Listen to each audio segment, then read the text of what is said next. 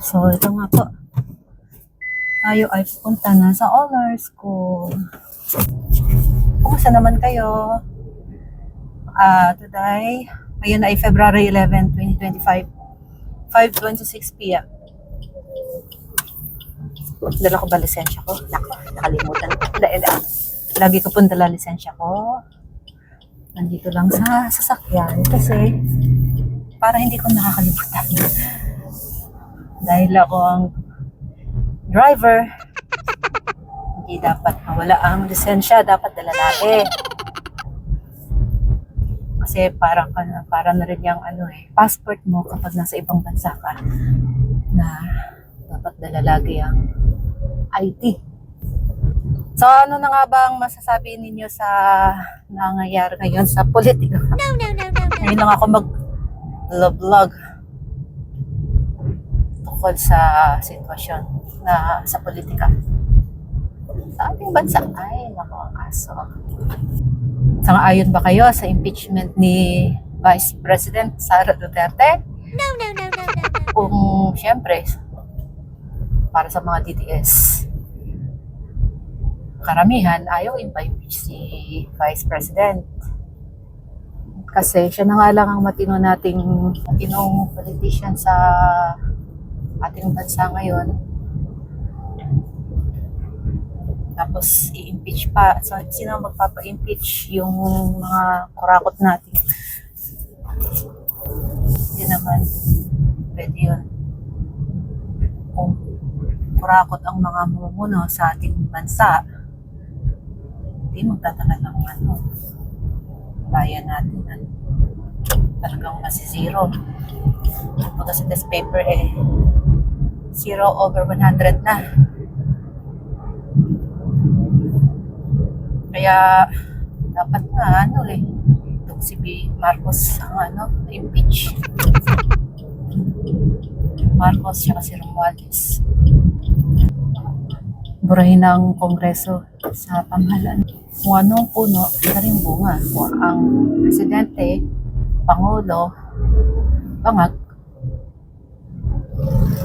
huwag nang magtaka na mga bunga niya ay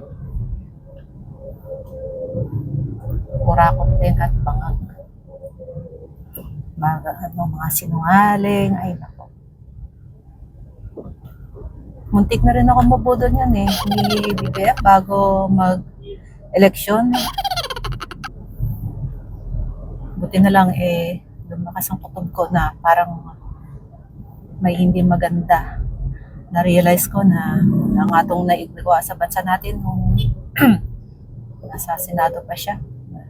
Buboto pang presidente. Yun lang. Dahil siyang nanalo, na tayo apektado. Buong Pilipinas apektado. Sana hindi na sila muna uli sa bansa natin. Kasi pag isa na namang Marcos ang namuno sa bayan natin, wala. Tama po ba o tamang-tama? Sana mangyari na nga yung pagbaba ni Marcos.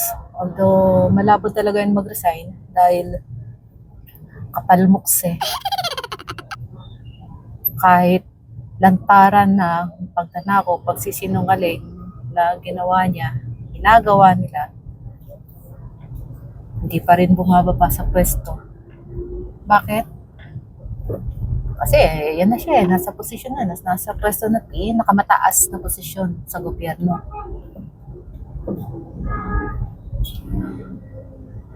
Pangdiyan or kakalas pa ba siya dyan? Hindi na. Hindi ako abogado pero siguro may iba pang paraan para ma-impeach o para matanggal yan sa pwesto. Dahil hindi na po biro ang mga pinagagawa nila.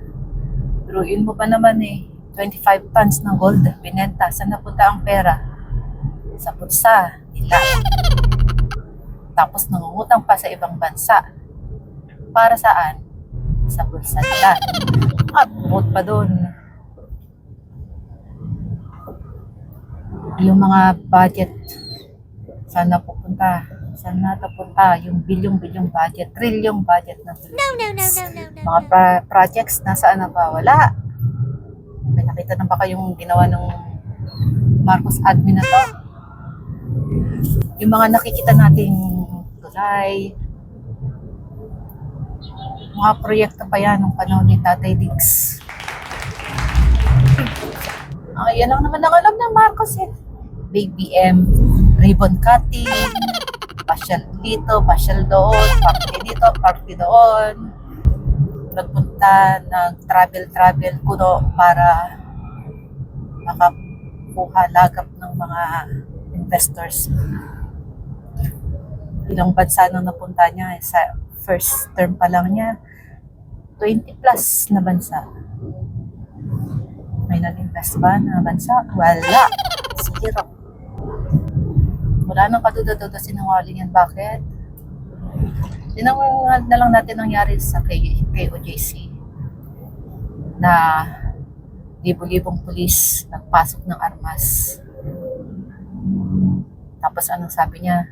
Ni isa, walang armas, hindi armado. Tapos sabi niya, wala daw tear gas. Kitang-kita naman sa mga video. Daming pinakalat na tear gas. Pinasikat lang si Abalos na ngayon ay tumatakbong senador. Ako ay silent viewers ng mga sikat na vloggers natin. Matagal ko na rin gustong mag-react sa mga nangyayari sa ating politika ngayon, sa admin na to. Pero, yun nga, silent viewer lang tayo. Pero dahil hindi ko na mapigilan na ito, naisip ko mag-vlog na rin. So, mamaya po ulit.